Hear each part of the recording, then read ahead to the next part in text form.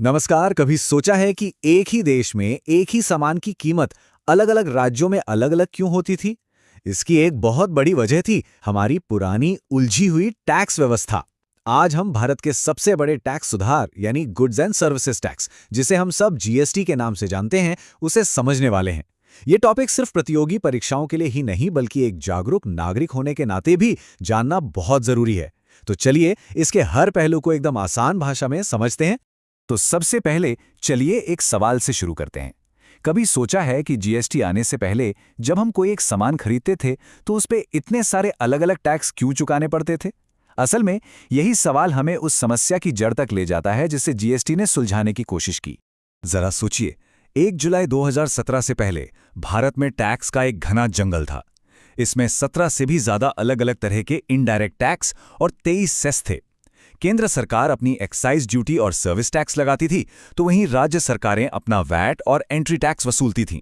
इसका सबसे बुरा असर ये होता था कि टैक्स के ऊपर टैक्स लगता था। इसी को कैस्केडिंग इफेक्ट कहते हैं। इसी वजह से चीजें महंगी हो जाती थीं और एक आम इंसान के लिए यह समझना लगभग नामुमकिन था कि वह आखिर किस चीज का कितना टैक्स दे रहा है। और इसी उलझी हुई समस्या के समाधान के तौर पर जीएसटी को लाया गया। तो सवाल उठता है कि जीएसटी आखिर है क्या? देखिए, बिल्कुल सरल शब्दों में कहें तो ये गुड्स और सर्विसेज की सप्लाई पर लगने वाला एक अकेला, कॉम्प्रिहेंसिव और डेस्टिनेशन बेस्ड इनडायरेक्ट टैक्स है। इसने उन ढेरों टैक्सों की जगह ले ली जो पहले केंद्र और राज्य सरकारें अलग-अलग लगाया करती थीं। जीएसटी के पीछे का जो मूल मंत्र था, वो था एक राष्ट्र, एक कर, एक बाजार। इसका मकसद था पूरे भारत को एक सिंगल यूनिफाइड मार्केट बनाना, जहां टैक्स के नियम और दरें एक जैसी हों। इससे व्यापार करना आसान हो और देश की अर्थव्यवस्था को एक नई मजबूती मिले। ठीक है, तो ये तो समझ में आ गया कि जीएसटी क्यों लाया गया, लेकिन सवाल ये है कि ये काम कैसे करता है। चलिए अब इसकी पूरी कार्यप्रणाली को समझते हैं, खासकर इसके दो सबसे जरूरी सिद्धांत, डेस्टिनेशन यानी गंतव्य और वैल्यू एडिशन यानी मूल्यवर्धन।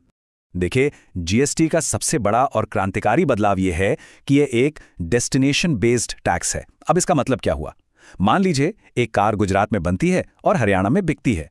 पुरानी व्यवस्था में टैक्स का बड़ा हिस्सा गुजरात को मिलता, जहां वो कार बनी थी।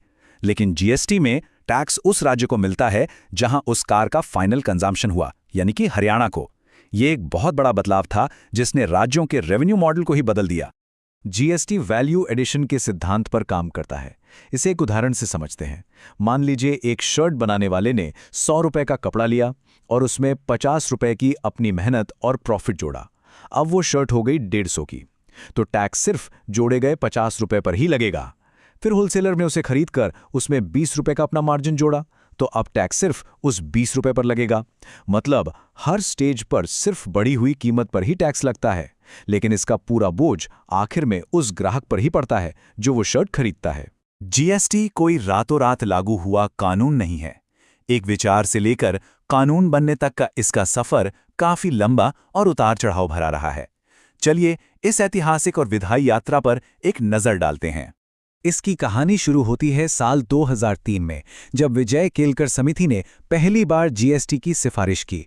सालों की चर्चा और बहस के बाद 3 अगस्त 2016 को इसे राज्यसभा से और 8 अगस्त 2016 को लोकसभा से पास किया गया।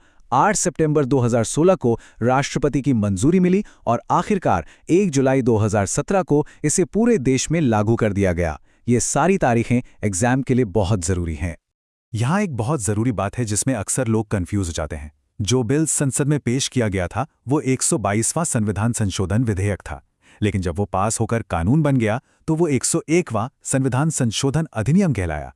तो बिल नंबर है 122 और एक्ट नंबर है 101। ये फर्क याद रखना बहुत जरूरी है। अच्छा, तो इस पूरे जीएसटी सिस्टम को कंट्रोल कौन करता है और ये टैक्स की दरें कौन तय करता है? इन सभी सवालों का जवाब है जीएसटी काउंसिल। चलिए अब इस शक्तिशाली बॉडी और इसके द्वारा तय किए गए टैक्स स्लैब्स को समझते हैं। जीएसटी काउंसिल एक फेडरल बॉडी है जिसके अध्यक्ष देश के वित्त मंत्री होते हैं। इसमें वोटिंग पावर का बंटवारा बड़ा दिलचस्प है।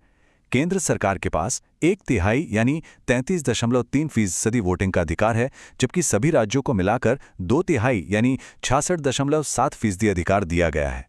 ये हमारे सहकारी संघवाद का एक बेहतरीन उदाहरण है।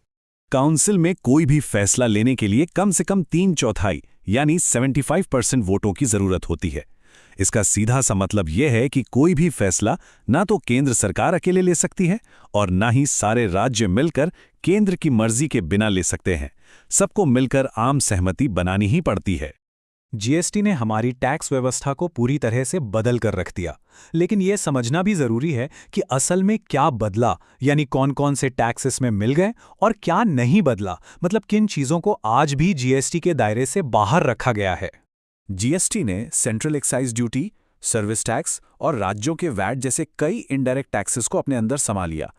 लेकिन ये ध्यान रखने वाली बात है कि डायरेक्ट टैक्स जैसे हमारा इनकम टैक्स या फिर विदेशों से आने वाले सामान पर लगने वाली बेसिक कस्टम्स ड्यूटी, ये सब आज भी अलग से लगते हैं। ये जीएसटी का हिस्सा नहीं है। कुछ खास चीजों और सेवाओं को जानबूझकर जीएसटी के दायरे से बाहर रखा गया है। इनमें शामिल हैं मानव उपभोग के लिए शराब, 5 पेट्रोलियम प्रोडक्ट्स जैसे पेट्रोल और डीजल, बिजली और रियल एस्टेट। इन पर आज भी पुराने टैक्स ही लगते हैं। चलिए अब फटाफट कुछ ऐसे फैक्ट्स पे नजर डालते हैं जो एग्जाम के लिहाज से बहुत जरूरी हैं और जिनसे सीधे सीधे सवाल बन सकते हैं। सबसे पहले सबसे जरूरी तारीख, भारत में जीएसटी लागू हुआ था 1 जुलाई 2017 को। ये एक ऐतिहासिक दिन था और जब इस कानून पर राज्यों की मंजूरी की बात आई तो असम वो पहला राज्य था जिसने जीएसटी बिल की पुष्टि की। और अगर पहला राज्य असम था तो जीएसटी लागू करने वाला आखिरी राज्य था जम्मू और कश्मीर। इस पूरे सिस्टम को चलाने के लिए हर रजिस्टर्ड बिजनेस को एक खास पहचान नंबर दिया जाता है जिसे GSTIN कहते हैं और इसमें कुल 15 अंक होते हैं। तो भारत के टैक्स सिस्टम में एक बहुत बड़ा बदलाव आ रहा है। गुड्स एंड सर्विसेज टैक्स यानी जीएसटी अब एक नए दौर में जा रहा है जिसे GST 2.0 कहा जा रहा है। ये सिर्फ कोई छोटा मोटा बदलाव नहीं है, इसका सीधा असर हमारी रोज की जिंदगी से लेकर देश की पूरी अर्थव्यवस्था पर पड़ने वाला है। तो आज हम इन्हीं बड़े सुधारों को बहुत ही आसान भाषा में समझने वाले हैं। वस्तु एवं सेवा कर यानी जीएसटी, इसके पीछे का जो मेन आइडिया है ना, वो यही है, पूरे देश के लिए एक ही यूनिफाइड टैक्स सिस्टम बनाना, ताकि अलग अलग राज्यों के जो तरह तरह के टैक्स का जाल था वो खत्म हो सके।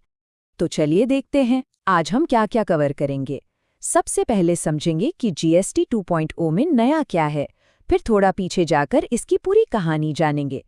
इसके बाद हम देखेंगे कि ये सिस्टम आखिर काम कैसे करता है, नई टैक्स दरों का मतलब क्या है, और आखिर में समझेंगे कि ये सब भारत और दुनिया के लिए इतना जरूरी क्यों है। तो चलिए सबसे पहले और सबसे ज़रूरी अपडेट से ही शुरू करते हैं। एक आसान टैक्स स्ट्रक्चर की शुरुआत जो 22 सितंबर 2025 से लागू होने वाला है। देखिए, सबसे बड़ा बदलाव ये है कि पहले जो 5 अलग अलग टैक्स स्लैब वाली एक जटिल सी प्रणाली थी, उससे हटकर अब एक बहुत ही सीधी सादी 2 स्लैब वाली संरचना लाई जा रही है। ये बदलाव सामान और सेवाओं पर टैक्स लगाने के तरीके को पूरी तरह से बदल देगा। उम्मीद यही है कि इससे कन्फ्यूजन कम होगा और चीजें ज्यादा साफ होंगी। लेकिन ये बदलाव कोई रातों रात नहीं हुआ है। इसकी अहमियत को ठीक से समझने के लिए हमें भारत में जीएसटी की शुरुआत से लेकर अब तक का पूरा सफर देखना होगा। जीएसटी का आइडिया असल में साल 2000 में ही आ गया था। इसके बाद कई जरूरी पड़ाव आए और फिर जाकर 1 जुलाई 2017 को इसे पूरे देश में लागू किया गया और अब इसी तारीख को हम जीएसटी दिवस के तौर पर मनाते हैं। एक मजेदार बात यह है कि भारत इस सिस्टम को अपनाने वाला पहला देश नहीं था। सच तो ये है कि भारत 161वां देश बना। इसकी शुरुआत तो बहुत पहले 1954 में ही फ्रांस से हो गई थी, जिसने दुनिया को ये नया टैक्स सिस्टम दिया। भारत में इसे लागू करने का जो कानूनी प्रोसेस था वो भी काफी अहम था। इसे संसद में 122वें बिल के तौर पर पेश किया गया था और जब संसद और फिर राष्ट्रपति से इसे मंजूरी मिली तब जाकर ये 101वां संविधान संशोधन कानून बना। अच्छा, अब इतिहास तो समझ लिया, पर यह सिस्टम असल में काम कैसे करता है? चलिए इसकी बेसिक्स को फटाफट समझते हैं। तो जीएसटी है क्या? सीधे सीधे कहें तो ये एक इनडायरेक्ट टैक्स है जो कनाडाई मॉडल पर आधारित है और कानून और न्याय मंत्रालय के तहत आता है। आसान भाषा में ये टैक्स हम सीधे सरकार को नहीं देते, बल्कि जब कोई सामान खरीदते हैं तो दुकानदार को देते हैं। इस टैक्स को 4 हिस्सों में बांटा गया है ताकि केंद्र सरकार, राज्यों और केंद्र शासित प्रदेशों के बीच टैक्स का पैसा सही से बंट सके। अगर राज्यों के अंदर ही कुछ बिक रहा है तो CGST और SGST लगता है, और अगर 2 राज्यों के बीच बिक्री हो रही है तो IGST लगता है। GST से जुड़े सारे बड़े फैसले, जैसे किस चीज पर कितना टैक्स लगेगा, ये सब GST काउंसिल तय करती है। ये एक संवैधानिक संस्था है जिसमें केंद्र और सभी राज्यों के प्रतिनिधि होते हैं, और इसकी अध्यक्षता हमारे केंद्रीय वित्त मंत्री करते हैं। चलिए अब वापस GST 2.0 सुधारों पर आते हैं और इन नई टैक्स दरों की बारीकियों को देखते हैं कि आखिर हमारी जेब पर इसका क्या असर पड़ने वाला है। पहले का सिस्टम कैसा था? 5 अलग-अलग टैक्स दरें थीं, 0, 5, 12, 18 और 28%। इससे कारोबारियों और ग्राहकों दोनों के लिए ही बहुत कंफ्यूजन रहता था। और अब देखिए नया सिस्टम कितना साफ सुथरा है। अब सिर्फ 2 मुख्य दरें हैं और एक खास डीमेरिट रेट भी है।